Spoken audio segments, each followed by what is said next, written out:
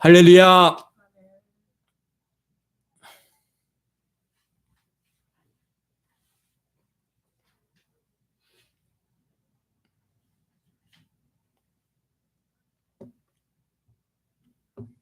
네. 할렐루야. 네, 반갑습니다, 여러분. 네, 오늘 우리가 출애굽기 14장을 같이 읽었습니다. 출애굽기 14장은 아마 우리가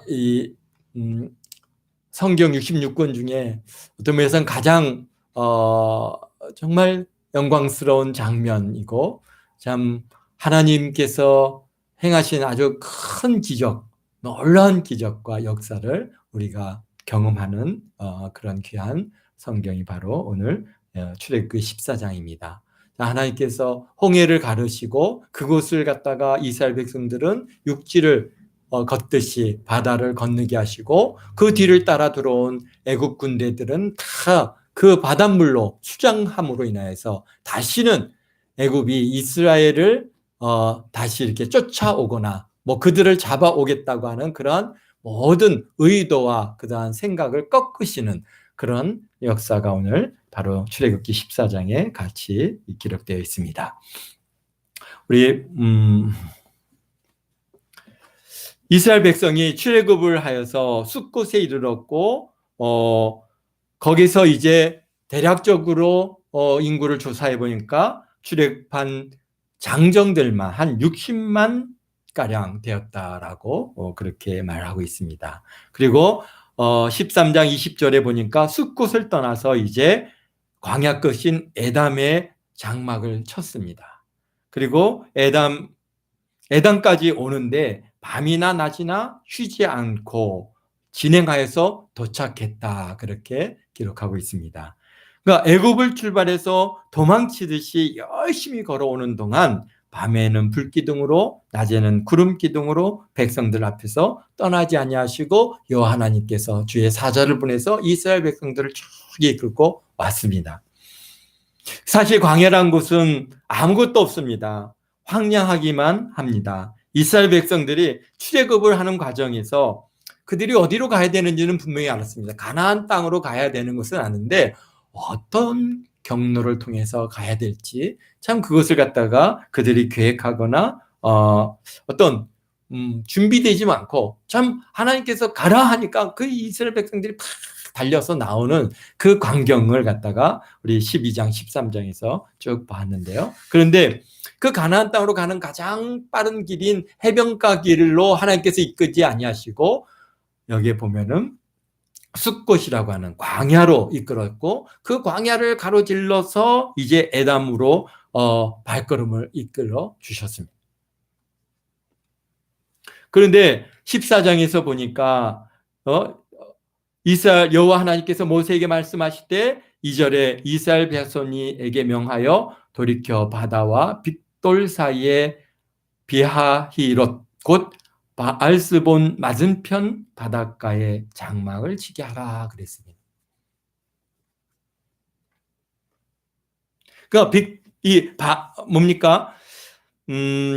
이스라엘 백성들이 쭉 하니 출애굽을 해서 사실 이제 가나안 땅을 향해서 쭉 가는 그 걸음에서 돌이키라고 그랬습니다. 돌이켜서 지금 어디로? 비하히롯이라고 하는 곳에 이르러서 거기서 장막을 치라라고 그렇게 하셨는데요. 그 비하히롯이라고 하는 이 말의 원뜻은 골짜기들의 입구라고 하는 그런 뜻을 가지고 있습니다. 그러니까 이 곳은 어디냐? 바닷가입니다. 바닷가에 장막을 치게 하셨습니다. 2절에도 보면은 그것은 바알스본 맞은편 바닷가에 장막을 치게 하셨다 그랬습니다. 이 비하히롯은 빅돌과 그 다음에 바다 사이고 바알스본의 맞은편입니다. 홍해 바닷가에서 이스라엘 자손이 장막을 치고 유숙을 하기 시작했습니다. 그러니까 우리가 이번에 여러분들 카톡으로 다 보내드린 그러한 그 지도를 한번 이렇게 열어보시면요, 또 여러분 이렇게 2번 지도, 그러한 출애굽 경로, 새로운 출애굽 경로라고 기록되어진 그 지도를 보게 되시면은 보게 되는데요. 바로 그렇습니다. 지금 이 출애굽을 해서 숫곳에 이르렀고 첫 번째 거기서 인구조사를 대략적으로 하고 이제 밤낮을 쉬지 않고 광야를 건너서 에담에 이르렀는데 그 에담에서 다시 보니까 북쪽으로 계속 올라가야 되네. 동쪽으로 계속 진행해야 되는데 반대로 돌이켜서 여기에 보면은 이 바닷가인 비하히롯이라고 하는 곳으로 그 길을 이끌으셨다라고 했습니다. 그래서 여기에 보면은 쭉하니 내려와서 맨 끝에 지금 여기 파란색으로 이 지도입니다. 이 지도입니다. 잘 보이시겠죠? 잘 보이시나 모르겠는데요. 이 지도에 보면은 지금 이 파란색은 홍해입니다. 홍해이고 그 홍해에서 보면은 출발할 때 밑으로 있는 이 홍해는 그게 수에즈만이고 그 다음에 지금 이 출애굽을 해서 해변가에 머물러 있는 게 어디냐면은 아카이만입니다. 그래서 이렇게 홍해는 이렇게 두 개가 이어져서 이렇게 밑으로 해갖고 태평양으로 이어지는 그런 아주 그 Y자 형태의 구성을 갖고 있습니다. 그래서 이 수에즈만 쪽은 이집트가 있고 그 다음에 가운데는 시나이 반도가 있고 그곳을 이렇게 가로질러 왔죠. 그리고 오른쪽에는 뭐가 있냐면은 사우디아라비아가 있습니다.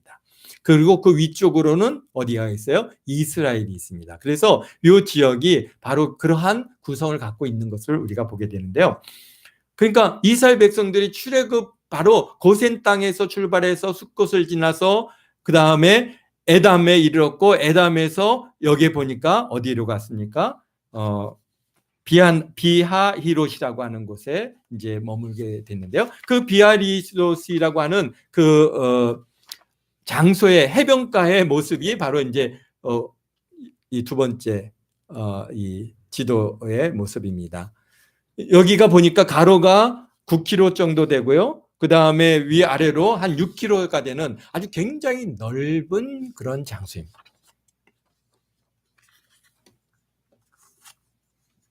그러니까 200만에서 300만이 넘는 그러한 사람들이 장막을 치고 거기에서 머물기를 한다고 한다면은 그 장소가 그냥 이렇게 우리가 웬만한 해변들은 그런 넓은 지역들이 많지 않습니다. 사람들이 몇백만 명이 머무르기에는 굉장히 부족하고요.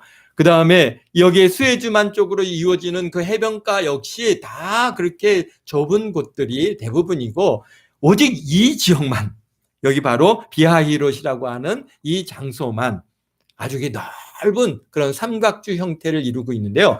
그 이유는 보면은 그 바로 위쪽으로 보면은 높은 산들이 있고 거기에 보면은 계곡들이 이렇게 시작을 합니다. 그래서 어쨌든 간 비가 오면은 그 계곡을 타고 흐르는 물이 그 광야 지역에 있는 사막을 갖다 쭉 이끌어서 이곳에 이렇게 삼각주 형태의 넓은 그러한 그 뭐랄까요?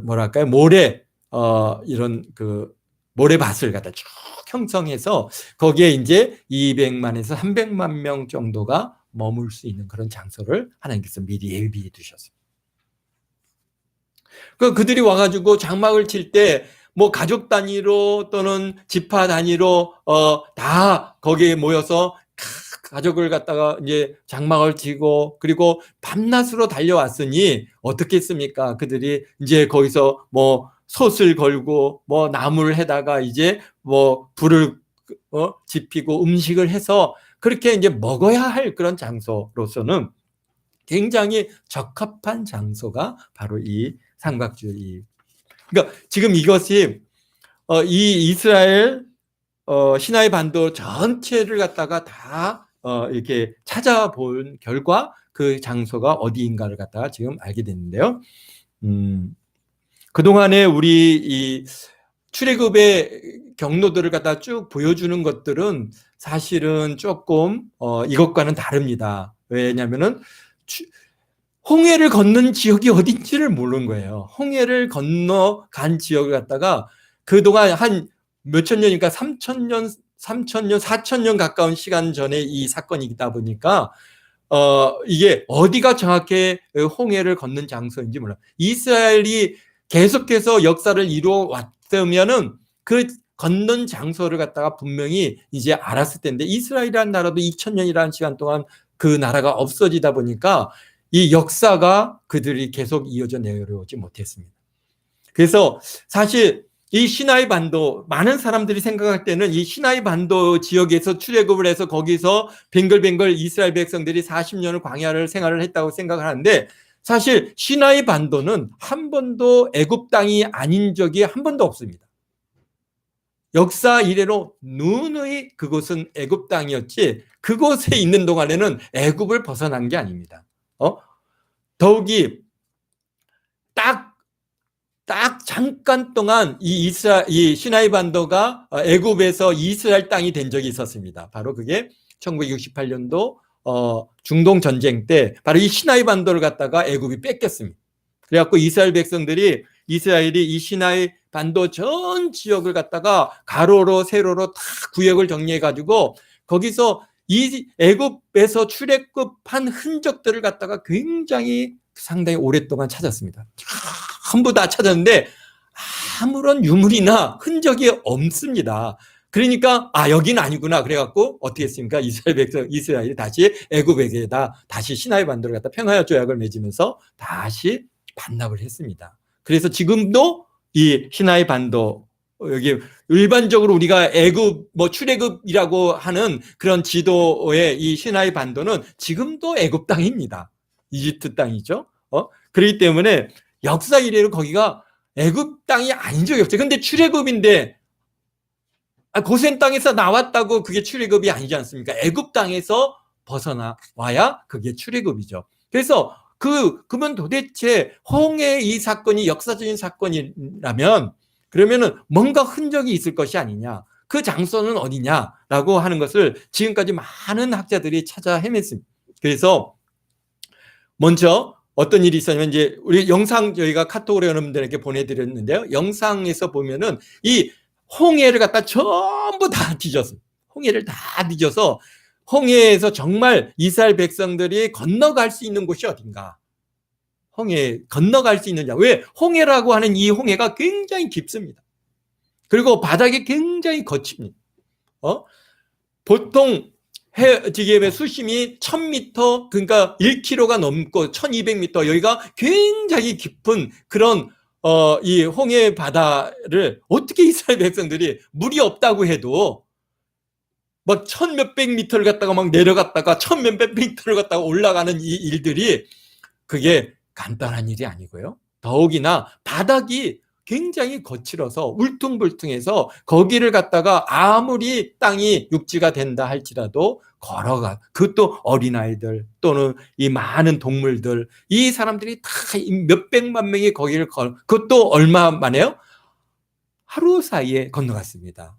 하루 사이에 밤새 건너갔고, 그리고 그 사이에 어떻게 길이 열렸고, 그리고 그 홍해를 건너가서 다시 그 다음에 물을 합치는 역사가 있었기 때문에 그게 걷는 곳이 굉장히 용이한 곳이 어딘가라고 하는 것을 찾아봤는데요. 여기 보면 이제 두 번째 영상에 보면은 우리가 여기 비하히롯에서 바로 이제 건너서 바로 이게 지금 미디안 광야입니다. 거기는 지금 어디예요? 사우디아라비아 북쪽이죠. 미디안 광야로 출애굽을 한 그 영상에서도 쭉 그 바다의 모양들을 보여주는데요. 참으로 여기에 놀라운 것은 거기에 이 몇 번째 저기 지도인지 모르겠지만 요 지도인데, 요 지도를 보시면은 여러분들 요런 모양의 지도를 보시면은 그 지도에 보면은 가로지르는 그 길의 모양들이 여기에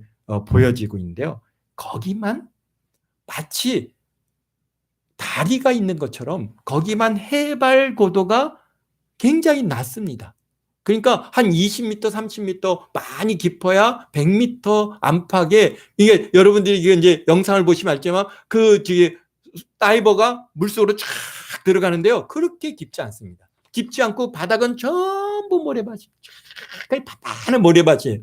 그러니까 얼마든지 사람이 걸어서 건너갈 수가 있어요. 근데 그 장소가 이 홍해를 전체를 뒤지는데 바로 그 지역밖에 없습니다. 더욱이 놀라운 것은 그것도 넓지 않습니다. 넓지 않고 그러니까 아카이만에 있는 이 뭡니까 여기에 비하히롯 요 지역에서부터 바로 미디안으로 이어지는 그곳이 아주 거기서 조금만 더 벗어나면 해발 1000m, 막 1200m 막 이렇게 깊은 만으로 이루어져 있고 거기만 그렇게 아주 낮습니다. 정말 놀랍습니다.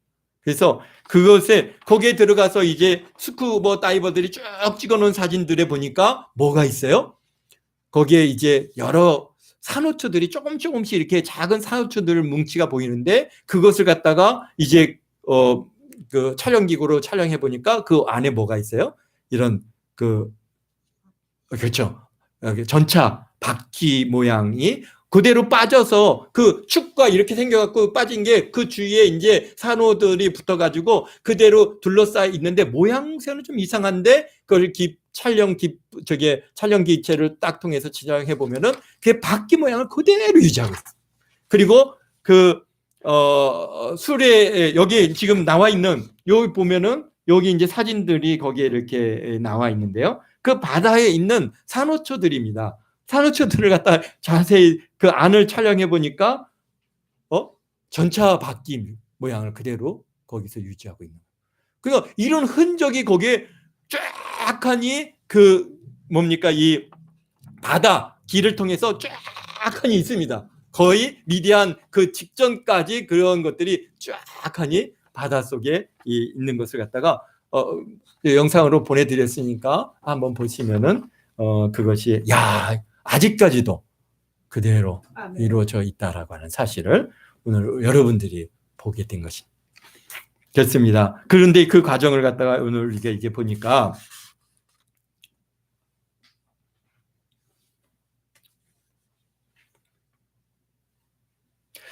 이스라엘 백성들이 여기에 그 비하히롯에 머물러 있다고 하는 이제 소식을 갖다가 바로가 듣습니다. 여기에 3절에 바로가 이스라엘 자손에 대하여 말하기를 그들이 그 땅에서 멀리 떠나 광야에 갇힌 바 되었다 하리라. 내가 바로의 마음을 완악하게 한즉 바로가 그들의 뒤를 따르니 내가 그와 그의 온 군대로 말미암아 영광을 얻어 애굽 사람들이 나를 여호와인 줄 알게 하리라 하심에 무리가 그대로 행하니라. 그랬습니다. 그러니까 무슨 얘기예요? 이제 애굽 사람들이 이 이스라엘 백성들이 막 출애굽을 해가지고 그들이 이제 저 시나이 반도를 건너서 비하히롯이라고 하는 그 땅에 보니까 거기 어디예요? 해변가 아닙니까? 뒤쪽으로는 큰 우리가 사진 여기 유성 사진들 여러분들이 한번 찾아보시면 알겠지만 그 뒤는 높은 골짜기입니다. 자로나 우로나 어디 쉽게 도망갈 수 있는 장소가 아니에요. 그러니까 그곳에 그냥 딱 거기에 갇혀 있는 듯한 모습 같이 보여지는 것이죠. 그러니까 바로한테 소식이 바로 들어갔습니다. 이스라엘 백성들이 출애굽해서 비하히롯이라고 하는 곳에 머물렀는데 그곳은 마치 더 이상 앞뒤로 도망갈 것이 없는 도간의 쥐 같은 장소로 들어갔습니다. 왕이시여 정말 이거 그냥 둘 수 없지 않습니까? 라고 이제 소식을 전하는 전령들이 가서 전했겠죠. 그러니까 여기서 5절에 그 백성이 도망한 사실이 애굽 왕에게 알려짐에 바로가 그의 신하들이 그의 백성에 대하여 마음이 변하여 이르되 우리가 어찌하여 이같이 하여 이스라엘을 우리를 섬기는 데서 놓아 보내었는가 하고 그랬습니다. 바로의 마음이 변했습니다. 사실 이스라엘 백성들이 도망갔습니까? 아니지 않습니까? 도망갔다라고 하는 것은 그럼 노예가 불법적으로 도망갔으니까 그것은 잡아와야 할 그러한 대상이지만 빨리 떠나라, 빨리 나가라, 제발 여기서 좀 나가달라고 그렇게 해서 간곡히 부탁해서 그렇게 해서 나온 것이지 도망간 게 아닙니다. 근데 사람이 이 바로가 정말 그 모든 장자들이 죽을 때는 마음이 이제 우리 이스라엘 백성들 붙들고 있으면 어떻게 10번이나 재앙을 겪지 않았습니까? 이제 더 이상 저들과 우리가 같이 살 수가 없다. 저들을 내보내자 했고 내보내놓고 이제 시간이 지나고 보니까 이게 뭐예요? 생각이 바꿔진 거예요. 그 도망갔다고 하는 얘기를 들으니까 순간 이거 도망자가 돼버렸잖아요. 그러면 어떻게 돼요? 가서 잡아와야죠.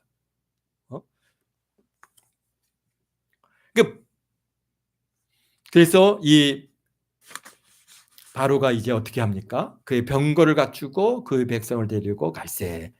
7절에 보니까 선발된 병거가 600대와 애굽의 모든 병거를 동원하니 주의관들이 다 거느렸더라. 지금 뭐예요? 애굽의 그 많은 병거들 중에 아주 먼저 뭘 600대를 갖다가 선발대로 갖다가 탁 선발한 거예요.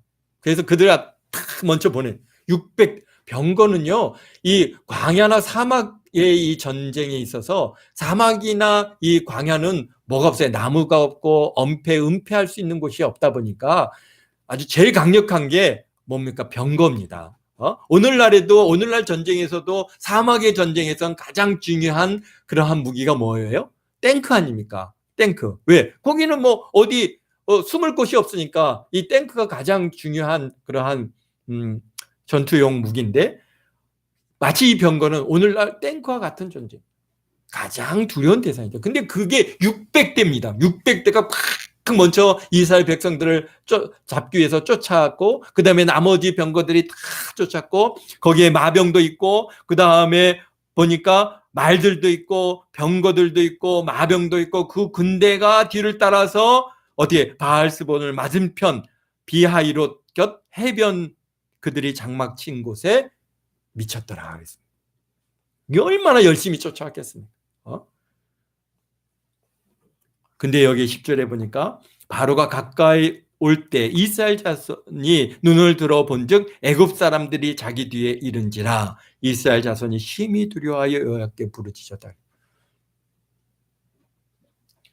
그들이 또 모세에게 이르되, 이제 11절에 이스라엘 백성들이요, 애굽 군대가 바로 뒤에 쫓아온 것을 그들이 이제 보고 나서 11절에 뭐라고 얘기합니까? 모세에게 이르되 애굽에 매장지가 없어서 당신 우리를 이끌어내어 이 광야에서 죽게 하였느냐? 어찌하여 당신이 우리를 애굽에서 이끌어내어서 우리에게 이같이 하느냐? 그러니까 금방 위험이 다가오는 것을 느끼니까 이 이스라엘 백성들이 얼마 전까지는 그들이 막 기쁘고 즐겁고 애굽에서 그 노예된 그 종된 생활에서부터 거기서 해방돼서 나온 이 일이 막 즐겁고 행복했는데, 어려움이 당장 두려움이 다가오고 애굽의 군대가 이제 우리를 자기네들을 잡으러 죽이러 쫓아온 모습을 보니까 금방 그것이 변해져서 원망으로 바뀝니다. 아니 애굽 땅에 우리를 장사할 곳이 없어서 매장지가 없어서 우리를 이끌어내갖고 이 광에서 우리를 다 죽게 하느냐? 우리가 언제? 그러면서 11절에 우리가 애굽에서 당신에게 이른 말이 이거 아니냐? 이르기를 우리를 내버려 두라. 우리를 애굽 사람을 섬길 것이라 하지 아니하였더냐? 애굽 사람을 섬기는 것이 광에서 죽는 것보다 낫겠더나.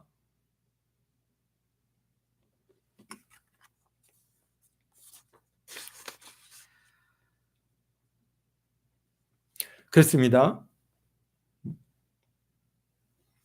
언제 이스라엘 백성들이 그런 얘기를 했습니까? 지금 언제 모세한테 우리를 갖다가 여기서 그냥 놔둬라. 여기서 애굽 사람을 갖다가 애굽에서 애굽 사람들을 섬기는 게 이제 광야에 나가서 죽는 것보다 낫다고 언제 그랬습니까? 그런데 이런 얘기가 언제 나온 거예요? 그럼 위기가 다가오니까 사람들이 갖고 있던 속마음이 드러나는 겁니다.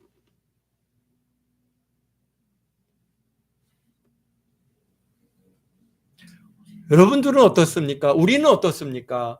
무엇인가 일을 하다가 내가 원하는 대로 안 되고 고난이 오고 어려움이 오면은 하나님의 인도하심을 찬양하고 감사하십니까? 아니면 당신 때문에 이렇게 되었다, 그리고 남을 원망하고 있지는 않습니까? 우리의 모든 삶을 이끄시고 인도하신 하나님을 우리가 인정하고 살아간다면, 비록 지금은 어려움이 있고 난관이 앞을 막을지라도 두려워하지 아니하고 원망하지 아니하고 하나님께서 행하실 일들을 우리가 기대하고, 야, 고난이 오고 어려움이 오고 시험이 오면, 야, 이제 하나님께서 우리를 위해서 얼마나 좋은 것들로 먹이시고 입히시고 채우실까, 우리가 오히려 기대해야 되는데, 우리는 지금 이스라엘 이 백성들처럼, 하나님, 우리가 언제 애굽에서 우리를 이끌어내라고 했습니까? 우리가 애굽에서 이 애굽 사람들을 갖다가 섬기면서 사는 게 좋지, 이 광야에서 이렇게 죽는 것보다 훨씬 낫다고 하지 않았습니까? 언제 우리를 이끌어내달라고 했습니까? 라고 혹여나 지금 원망하거나 불평하고 있지는 않습니다.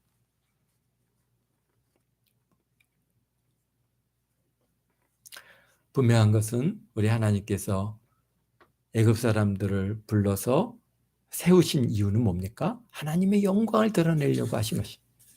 우리에게 고난이 오고 어려움이 있습니까? 하나님이 영광 받으시려고, 그 일을 통해서 하나님께서 영광을 받으시려고 우리에게 그런 고난과 어려움을 우리 앞에 두셨어요. 근데 우리가 해결할 일은 아닙니다.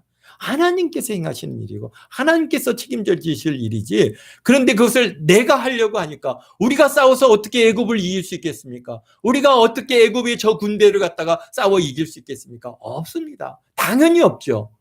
그러니까 누가 하셔요? 하나님께서 하시는 것이죠. 우리 인생의 문제도 있어요. 우리가 이 인생의 앞에 있는 이 문제들을 우리가 어떻게 싸워서 그 문제를 해결할 수 있습니까?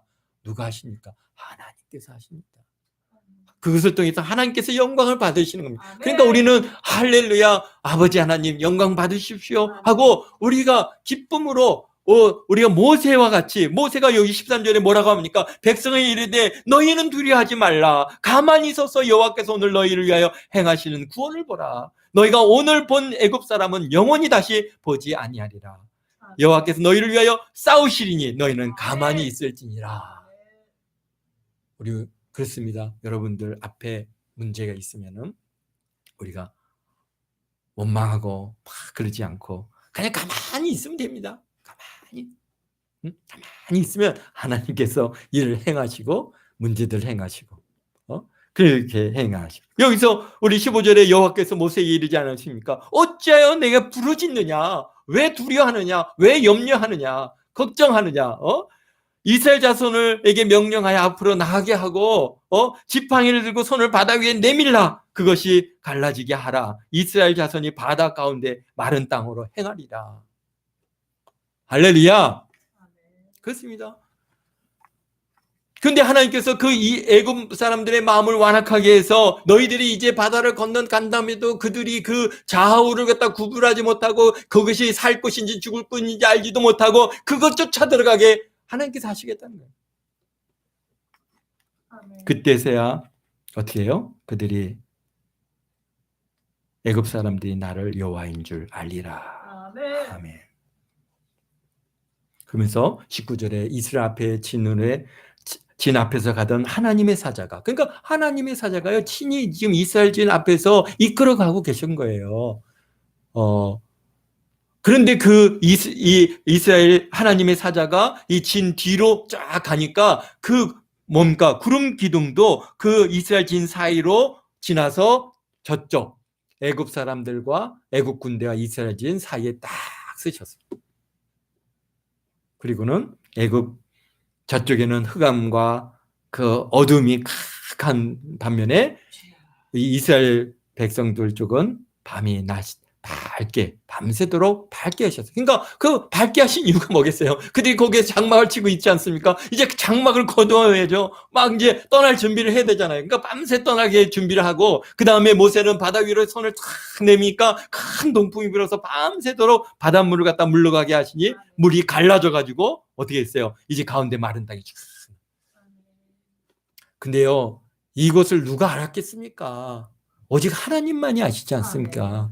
어떻게 지금에서야 우리가 많은 기술들이 발달해서 이 홍해, 이 넓은 바다를 갖다가 다 뒤집고 헤매면서 도대체 어디를 건넜을까를 찾아서, 이제서야 찾아서 알게 되는 이런 것인데, 하나님께서는요 다 아시거든요. 그러니까 이스라엘 백성들을 그쪽으로 이끌어 가셨어요.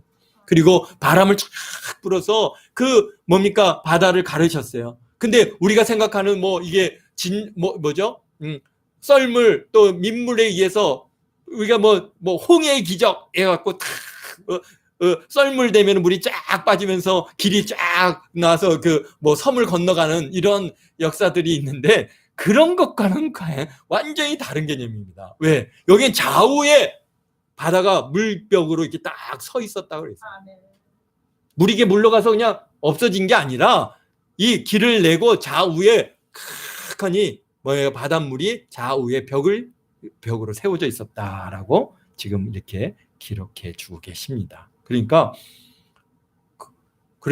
이 물은 밤새 바람이 불어서 이 바다에 물이 물러가서 물이 갈라져 가지고 마른 땅이 되었어요. 이스라엘 백성들이 이제 바다 가운데를 육지로 걸어가듯이 그들이 걸어갔고, 22절에 보면은 물은 그들의 좌우에 벽이 되어 있다 그랬어요.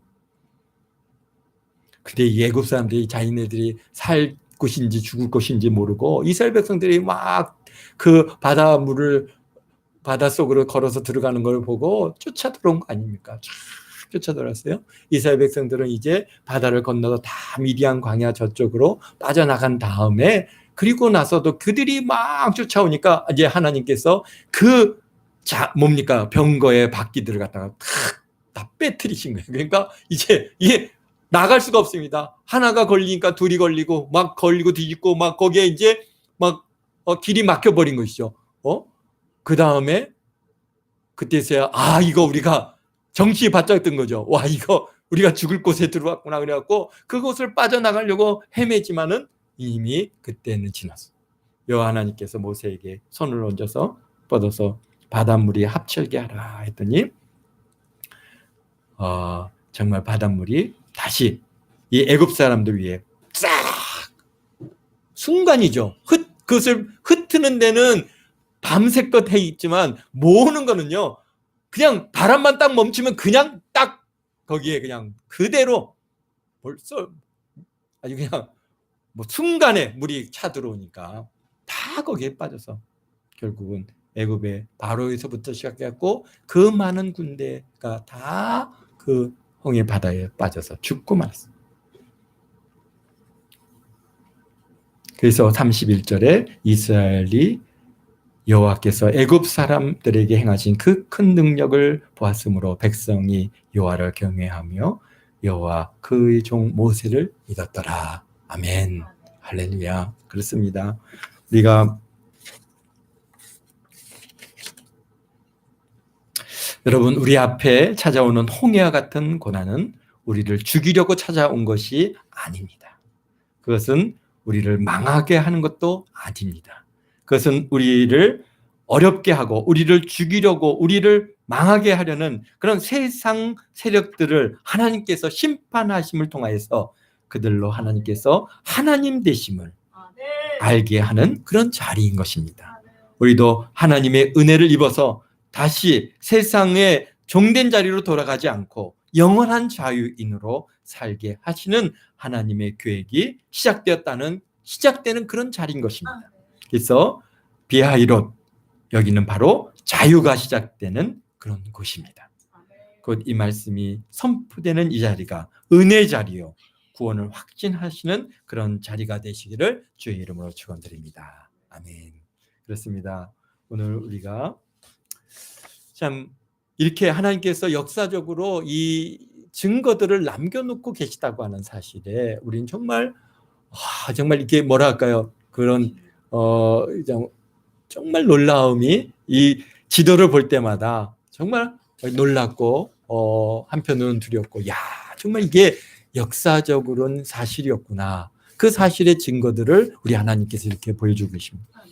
그렇습니다. 그리고 이제 미디안 광야에서의 이스라엘 백성들이 40년간의 그러한 광야에서의 생활을 시작하는데요. 지금 미디안 광야를 가보면은 어떻습니까? 그곳에 뭐 유물들이 아주 너무나도 질비해 있습니다. 생각해 보십시오. 200만 명이 넘는 300만 명이 넘는 이 사람들이 40년을 갖다가 산 지역에 흔적이 없다고 하면은 그게 이상한 일이죠. 근데 지금까지 어떻다는 거예요? 지금까지 사우디아라비아가 그곳을 딱 지키고 있어서 아무도 접근하지 못하게 딱 막아놨어요.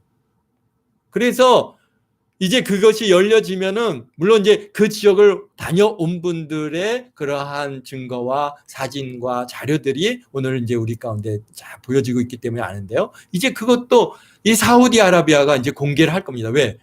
지금 그런 현대로 가고 있습니다. 그러니까 거기 가면은 막 뭐 너무나도 많은 그러한 그 유물들과 흔적들이 너무 그냥 쫙 깔려 있어요. 그러면서 이곳이 바로 이스라엘 백성들이 40년 동안의 광야 생활 지역이라고 하는 것을 우리가 그냥 가서 보면 알만한 그런 증거들을 오늘 우리 가운데 남겨놓으셨다는 겁니다. 마지막 때 우리가 살아가는 우리들에게 이런 것까지도 하나님께서 그 장소를 우리에게 보여주시면서 뭐라고 하십니까? 야, 성경 말씀 다 그게 사실이고 역사적인 사건이었다. 우리에게 분명한 증거를 보여주고 계시기 때문에 그냥 우리가 막연히 그런 일이 있었대. 근데 그게 진짜인지 사실인지 모르겠어. 이게 아니라 그건 역사적인 사실이야. 거기가 바로 지금 바로 그 바닷속을 들어가 보면은 애굽에 그 병거 바퀴들이 있다니까. 그러면서 우리가 강하게 하나님의 말씀으로 증거할 수 있는 그런 자료와 증거들을 우리 가운데 그대로 남겨두신 우리 하나님 앞에 영광을 돌려드립니다. 기도하겠습니다. 거룩하신 아버지 하나님, 참 마지막 때를 살아가는 우리들에게 참 이 믿음의 아버지 시험과 도전들이 심각한 이 시대를 살아가는 우리들에게 하나님께서는 성경을 모두 오픈해서 그 증거들을 우리에게 보여주심으로써 참 의심 많은 이 시대, 아버지 하나님이여 믿음을 찾아보겠느냐라고 말씀하신 이 시대에 우리에게 믿으라고 하나님께서 우리에게 이 증거들을 보여주신 줄 믿습니다. 아버지 하나님, 참으로 우리에게 주신 이 귀한 아버지의 증거와 이 말씀을 우리가 그대로 믿고 할렐루야로 하나님을 찬양합니다. 참 이스라엘 백성을 그 바다 위로, 바다 가운데로 참 육지와 같이 바다를 건너게 하신 아버지 하나님을 찬양하고 그것을 따라 들어온 이 애굽의 모든 군대를 아버지 하나님께서 물로 심판하신 이 사건을 우리가 찬양합니다. 아버지 하나님, 우리 앞에 많은 도전들이 있습니다. 많은 위험들이 있습니다. 마치 죽을 것 같은 두려움이 우리 앞에 다가옵니다. 그러나 아버지 하나님, 그것에서 부르짖어 거기서 염려하고 근심하고 고통하는 것이 아니라 잠잠히 있어 여호와 하나님께서 행하실 일을 보라고 오늘 우리에게 말씀하신 것처럼, 그래서 원망하거나 다투거나 싸우는 자리가 아니라 하나님의 영광과 하나님의 능력과 하나님의 역사를 우리가 경험하는 그런 귀한 자리가 되게 도와주옵소서. 감사합니다. 우리도 함께 성도들 이 한 주간도 은혜로 붙들어 주시고 저들의 삶 속에서 늘 하나님께서 역사하시고 홍해를 가르시는 그런 놀라운 기적을 경험하는 그런 우리 동함께 모든 성도들 다 되도록 주님께서 축복하심을 감사하며 예수님의 이름으로 기도합나이다. 아멘. 하늘에 계신 우리 아버지여, 이름이 거룩히 여김을 받으시오며 나라의 마옵시며 뜻이 하늘에서 이룬 것 같이 땅에서도 이루어지이다. 오늘날 우리에게 일용할 양식을 주옵시고 우리가 우리에게 죄 지은 자를 사해 준 것 같이 우리 죄를 사해 주옵시고 우리를 시험에 들게 하지 마옵시고 다만 악에 싸우옵소서. 내 나라와 권세와 영광이 아버지께 영원히 있사옵나이다.